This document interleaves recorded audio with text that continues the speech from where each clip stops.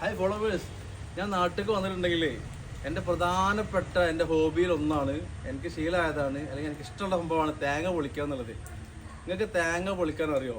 തേങ്ങ പൊളിക്കാൻ അറിയാത്ത ആൾക്കാരുണ്ടെങ്കിൽ പറയുള്ളത് ഞാൻ കാണിച്ചു തരാം. ഓക്കെ, ലൈഫിൽ ഒരു തവണയെങ്കിലും നിങ്ങളിത് പൊളിച്ച് നോക്കണം. വളരെ നിങ്ങൾക്ക് ഇഷ്ടപ്പെടും. ആളുകൾക്ക് മടുക്കാത്തൊരു സംഭവമായിട്ട് എനിക്ക് തോന്നിയിട്ടുള്ളത്, വളരെ കുറഞ്ഞ സമയം കൊണ്ട് പൊളിക്കുന്ന ആളുകളെ നമുക്ക് ആവശ്യമുണ്ട് അല്ലേ എംലേ? മാത്രമല്ല, നിങ്ങൾക്ക് പൊളിക്കാൻ അറിയാത്ത ആളോട് പറയാനുള്ളത്, ഈ വീഡിയോ കണ്ടോളി. ഇത് കാണുമ്പോൾ നിങ്ങൾക്ക് തന്നെ പൊളിക്കാൻ തോന്നും.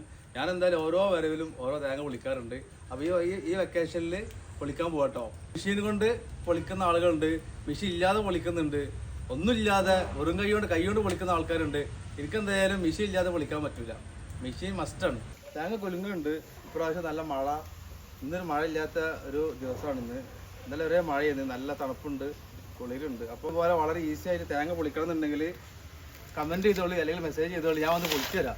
വളരെ സിമ്പിളായിട്ട് 3 വട്ടം പ്രസ് ചെയ്യുള്ളൂ. അപ്പോൾ ഇതിന് തേങ്ങ ക്ലിയർ ആവും കേട്ടോ. കണ്ട് ഈ ഒരു വട്ടം കൂടി കാണിക്കും. ഒരുപാട് സ്പീഡിൽ തേങ്ങ പൊളിക്കാൻ വരുന്ന ആൾക്കാരുണ്ട്, കമൻറ്റ് ചെയ്തോളി.